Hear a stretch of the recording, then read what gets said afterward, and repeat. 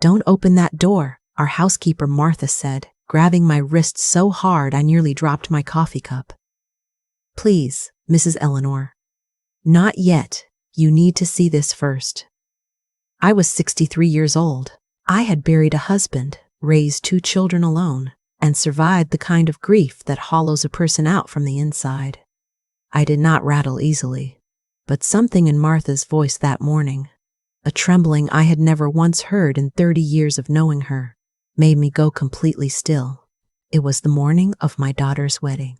I want you to understand what that day was supposed to feel like. My daughter Claire had been planning this wedding for 14 months. The flowers were imported. The venue was a restored farmhouse 40 minutes outside of Columbus, the same town where my late husband and I had our first date in 1987. Claire had chosen it on purpose to honor him, to feel him there. I had spent the previous evening sitting on the edge of her bed while she moisturized her hands and talked about how nervous she was, how happy she was, how she kept waking up at 3 in the morning just to lie there and smile at the ceiling. "Is this what you felt?" she asked me. "Before you married Dad?" "Exactly this," I told her. And I meant it. I remembered that feeling precisely. The way joy and terror occupy the same space in your chest when something irreversible is about to happen, something you want more than anything you have ever wanted. I went home that night with my heart so full I could barely breathe. I was supposed to arrive at the farmhouse at 10 in the morning. The ceremony was at 2. I had my dress in a garment bag, my shoes in a box, and a card for Claire that had taken me 4 attempts to write because I kept crying before I finished the second paragraph. Martha had been with our family since Claire was 9 years old. She had seen my husband's diagnosis. She had sat with me in the hospital waiting room. She had held my hand at the funeral when I could not stop shaking. When my son Daniel moved to Portland 3 years ago, it was Martha who helped me figure out how to be a woman living alone in a house that used to hold 4 people. She was not our housekeeper in the way that phrase sounds. She was family. She was the person I trusted most in the world, which is why, when she grabbed my wrist that morning and told me not to open the front door, I listened. "Martha?" I set my coffee down carefully on the kitchen counter. "What is going on?"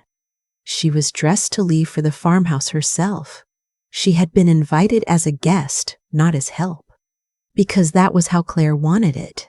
But her coat was still unbuttoned, and her hands were shaking, and her eyes had that specific look I had only ever seen on her face once before. The morning she told me the oncologist had called. "I need to show you something," she said, "and I need you to stay calm. You're not making it easy to stay calm. I know." She pressed her lips together. "I found something last night, after you left Claire's.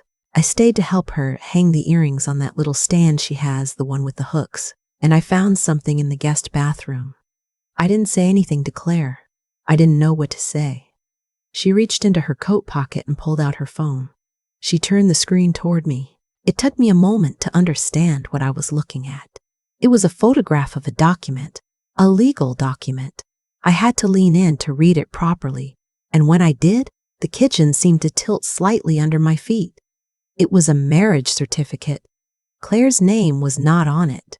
The man's name was my daughter's fiancé, the man we had all known for 2 years as Ryan Callahan, the man who had sat at my Thanksgiving table twice, who had shaken my hand and looked me in the eye and said he was going to take care of my daughter for the rest of his life.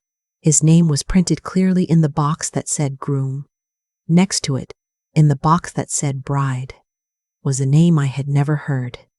Danielle Okafor Webb, married in Franklin County, Ohio, dated 14 months ago, 2 months after he started dating Claire.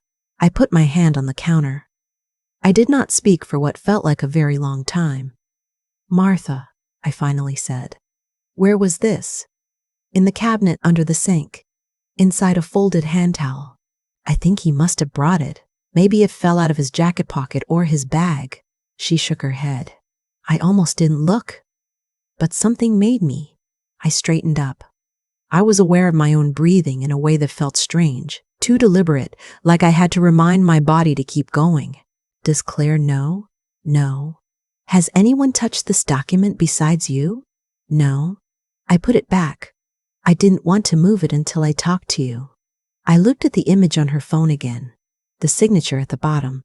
His handwriting, which I recognized from the birthday card he had written Claire last year, the one she kept on her nightstand. My daughter was getting dressed right now in a farmhouse 40 minutes away. Her hair was probably already done. She was probably already in her robe, laughing with her bridesmaids, drinking the mimosa she had been looking forward to for weeks. And the man she was about to marry was already married to someone else.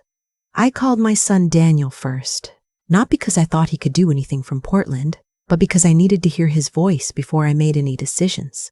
He answered on the second ring. I told him calmly, in as few words as possible, what Martha had found.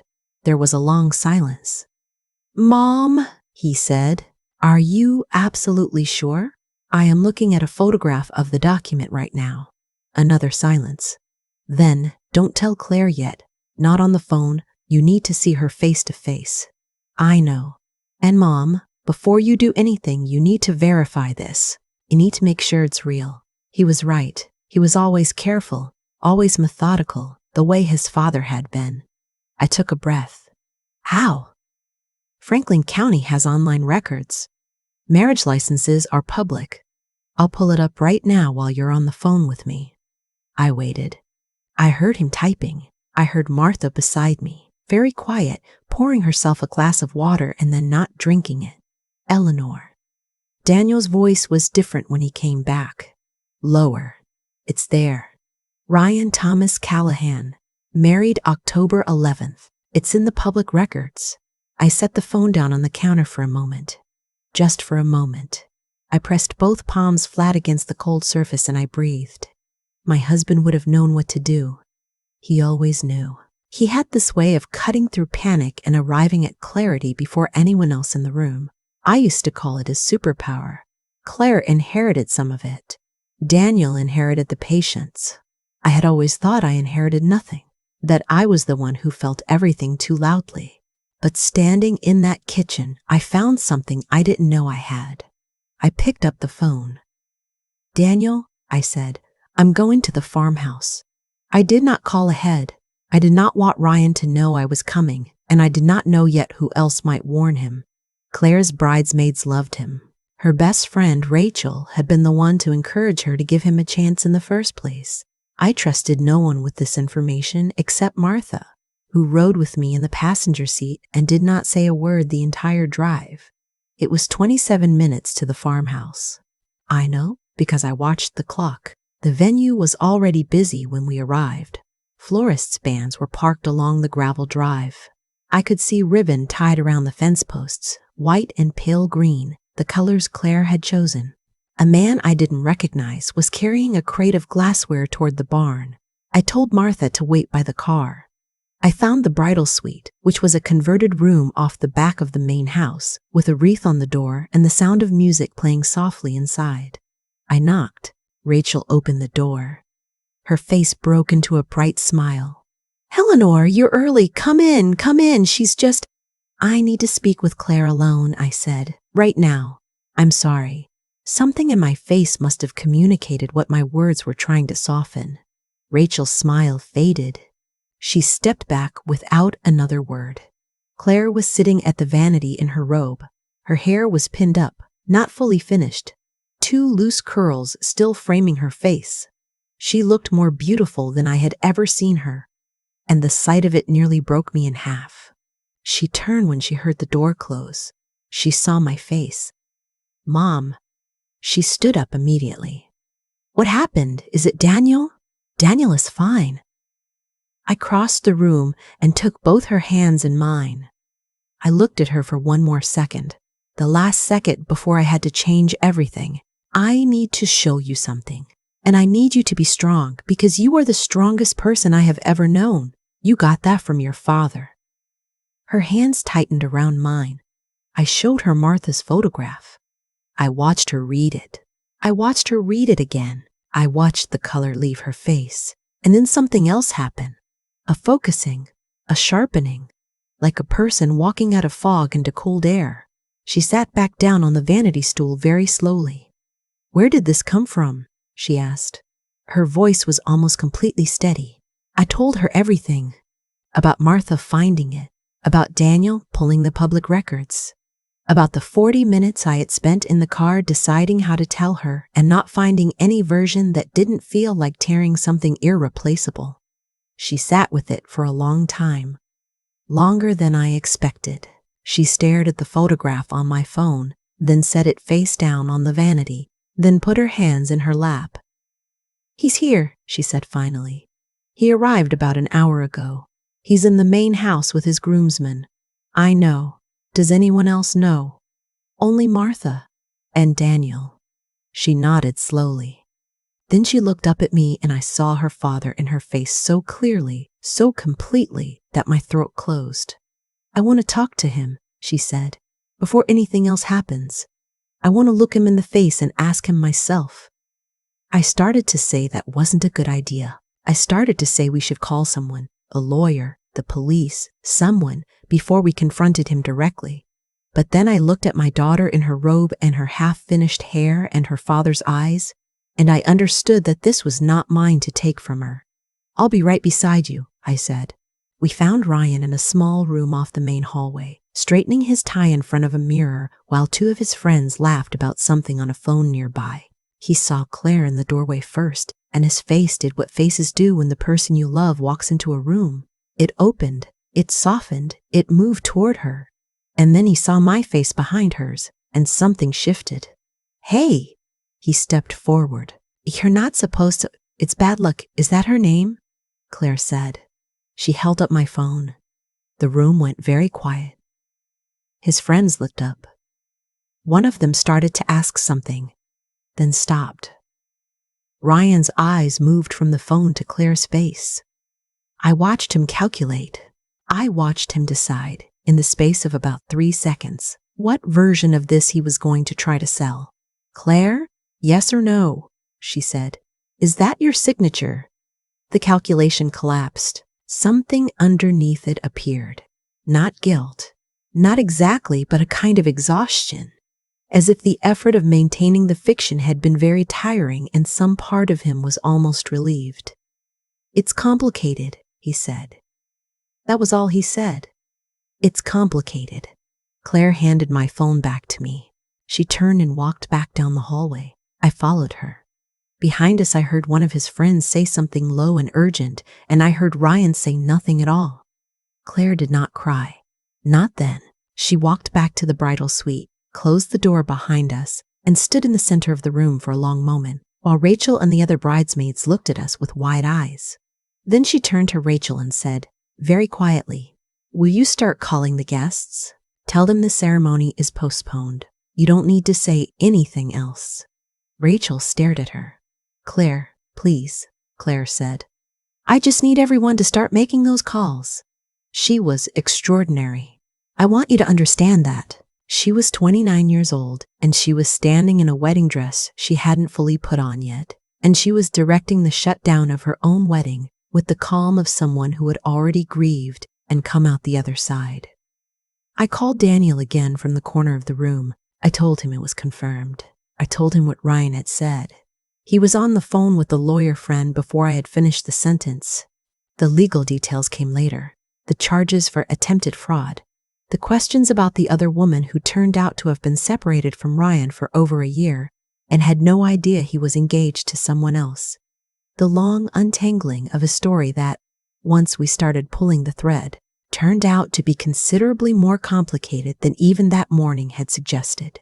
But I am not telling you this story because of the legal details. I am telling you this story because of what Claire said to me that night. By 9 o'clock, the farmhouse was empty. The flowers were still there because no one had thought to deal with the flowers. Martha had driven home hours earlier. Daniel had managed to get a last-minute flight and arrived at my house a little after 8, and the three of us sat in my kitchen with tea. We didn't really drink, and leftover pastries someone had brought over from the venue. Claire sat across from me with her hair still partially pinned, still in the clothes she'd changed into after taking off the robe, jeans and her college sweatshirt, her rehearsal dinner earrings still in. She was quiet for a long time. Then she said, I keep thinking about the document in the bathroom. What about it? What it means that it was there. She turned her mug around slowly in her hands. He brought it with him. To my wedding. To the place we chose because of Dad. She paused. I can't decide if he was careless or if he just didn't care. I didn't have an answer for that. I still don't. I want to ask you something, she said. And I want you to be honest with me. Always. Did you ever have a feeling about him? She looked up at me. Before today. Did anything ever feel wrong? I thought about it carefully because she had asked me to be honest. There were moments, I said slowly, where something felt slightly off. Not wrong, just not quite aligned. Like when a picture is hung almost level but not quite, and you can't tell unless you look directly at it. I shook my head, but I told myself it was grief, that I was looking for reasons to keep you close. She nodded. I should have looked directly at it, I said. You did, she said. Today, you did. We sat with that for a while. Daniel reached across the table and put his hand over both of ours. Outside, it had started to rain. A soft, late autumn rain that made the kitchen feel like a room outside of time. What do you need? I asked her. She thought about it. I think I need to go to sleep, she said. And then tomorrow, I think I need to be very angry for a while. And then, she paused. I don't know, but I think I'll be okay. She sounded like her father when she said it. I believed her. Martha called me the following Tuesday. She apologized. She had been apologizing every day, as if she bore some responsibility for what had happened, rather than being the reason it hadn't been worse. Stop apologizing, I told her for the 4th time. You saved my daughter. I almost didn't look, she said. I almost just straightened the towel and left, but you didn't. There was a pause. Then, how is she? She's angry, I said. It's the right kind of angry, the kind that clears things out. Martha was quiet for a moment. Then she said something I've thought about many times since. 30 years I've been with your family, she said. And I've watched you all love each other so hard, in the way that makes people careless. Because you can't imagine anything breaking. That's a gift. Most people don't get that. Another pause. But sometimes the people who love hardest are the ones who get hurt the worst, because they weren't looking. I thought about the document in the bathroom, the way it had been folded inside a hand towel, hidden from view unless something, some instinct, some small, unnameable thing made you look anyway. We're looking now, I said. Yes, said Martha. You are. I want to say one more thing before I go. I am 63 years old. I have made my share of mistakes. I have trusted people I shouldn't have and doubted people I should have trusted. And I have spent time I cannot get back looking for the right thing to say, when what was needed was simply the courage to say anything at all. The morning of my daughter's almost wedding taught me something I think I already knew, but had let grow dusty with time. Love is not enough on its own. Love is the foundation. You still have to build the house. You have to ask the hard questions. Even when the asking feels like an accusation, you have to look directly at the things that are almost level. You have to let the people who love you look too, even when you'd rather they didn't. My daughter's going to be fine. She's already fine. In the way that people who have been cracked open and not broken are always fine. Fundamentally, at the root, in the place that matters. And the flowers at the farmhouse, as it turned out, were donated to a nursing home down the road. All that white and pale green, the color she chose for her father, filling a room full of people who were grateful for something beautiful arriving unexpectedly. I like to think he would have appreciated that. I like to think he would have appreciated that. I like to think he was there, in some form, in that farmhouse, not to witness the worst of it, just to see that we were going to be okay. We are going to be okay. I have lived long enough to know that the truth rarely arrives at a convenient time. It doesn't wait for calm mornings or quiet evenings. It shows up in the middle of your joy, in a folded hand towel under a bathroom sink, handed to you by someone who almost walked away and didn't. What happened on my daughter's wedding morning was not bad luck. It was the result of choices. His choices, made deliberately, over months, with full knowledge of what he was doing. Ryan didn't stumble into deception. He constructed it. And for a while it held, the way poorly built things sometimes hold just long enough to cause real damage when they finally come apart. But here's what I have come to understand. Deception of that scale requires constant maintenance. It requires the deceiver to manage every detail, to keep every person in the right place, to never let anything slip. And that is an exhausting way to live. Things slip. Documents end up in hand towels. A woman who has known your family for 30 years almost straightens the towel and leaves, and then doesn't. Martha didn't find that document because she was suspicious. She found it because she was present and paying attention, and because decades of genuine love for our family had made her incapable of looking away from something that felt wrong. That is what integrity does over time. It sharpens the instincts. It makes a person trustworthy not just in the grand moments, but in the small, unremarkable ones. The ones where no one is watching and it would be so easy to just leave the towel alone. Claire handled what followed with a kind of courage I did not know she possessed, though I probably should have. She did not fall apart. She did not perform her grief for anyone. She stood in the middle of a farmhouse decorated for the happiest day of her life, and she made clear, careful decisions, one after another, until the worst of it was managed.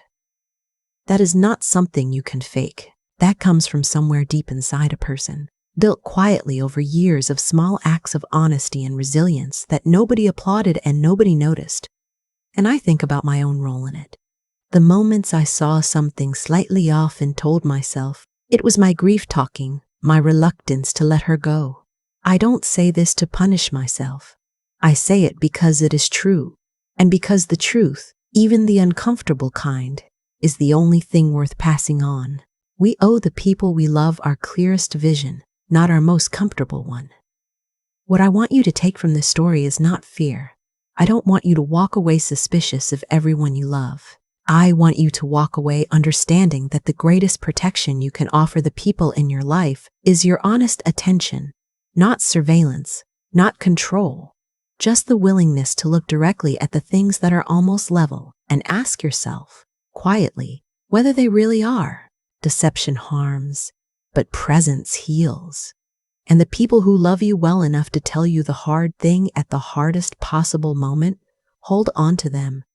They're rarer than you think, and worth more than anything.